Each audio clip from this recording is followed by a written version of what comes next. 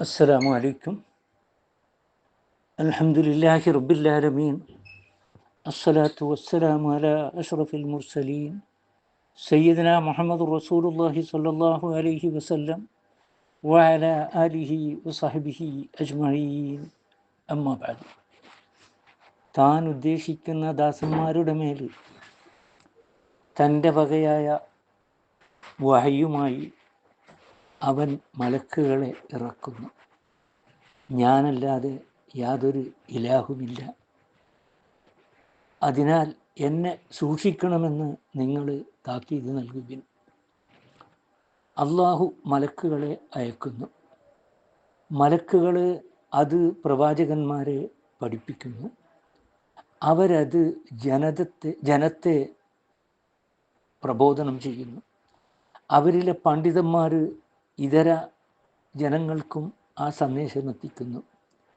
ഇപ്രകാരം അള്ളാഹുവിൻ്റെ സന്ദേശം എത്തിച്ചു കൊടുക്കുകയും അത് സ്വന്തം ജീവിതത്തിൽ പദത്തിൽ കൊണ്ടുവരികയും ചെയ്യുന്നവരാണ് സൃഷ്ടികളിൽ ഇഹത്തിലും പരത്തിലും ഏറ്റവും ഉത്തമരായ ആളുകൾ.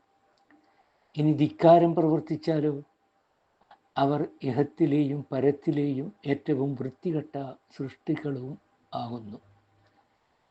ഇവിടെ മലായിക്ക കൊണ്ട് ഉദ്ദേശിക്കുന്നത് ജിബ്രീൽ അലൈഹി ഇസ്ലാമിനെ മാത്രമാണ് എന്ന് ഇബ്നു അബ്ബാസ് റളിയല്ലാഹു അൻഹു പറയുന്നു. മനുഷ്യ ശരീരത്തെ പോലെ മനുഷ്യ ആത്മാവും നമുക്കറിയാത്ത ഒരു ലോകത്തിലാണ്. അതിനെ ചൈതന്യവാത്തമാക്കുന്നതും പ്രകാശിപ്പിക്കുന്നതും വഹയ് തന്നെയാണ്.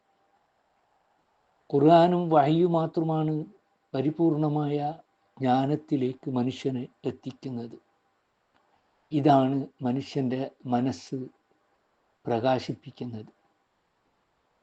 ഇതുകൊണ്ടാണ് ഖുർആനും വഹയ്യനും റൂഹുൽ അസ്ലി എന്ന് പറയുന്നത്. ഇത് കാരണമാണ് വഹയുമായി വരുന്ന ജിബ്രീൽ അലൈഹിസ്സലാമിനെ അള്ളാഹു റൂഹ് എന്ന് വിളിക്കുന്നതും. മുഹമ്മദ് നബി സല്ലല്ലാഹു അലൈഹി വസല്ലം തങ്ങളിലേക്ക് അള്ളാഹു തൻ്റെ പ്രവാചകനായി പലപ്പോഴും ജിബ്രീലിനെ ഒറ്റക്കല്ല അയക്കാറ്. ജിബ്രീലിനോടൊപ്പം അനേകം മലക്കുകളും ഉണ്ടാകും. വആഖിറു ദഅവാന അനിൽ ഹംദുലില്ലാഹി റബ്ബിൽ ആലമീൻ. അസ്സലാമു അലൈക്കും.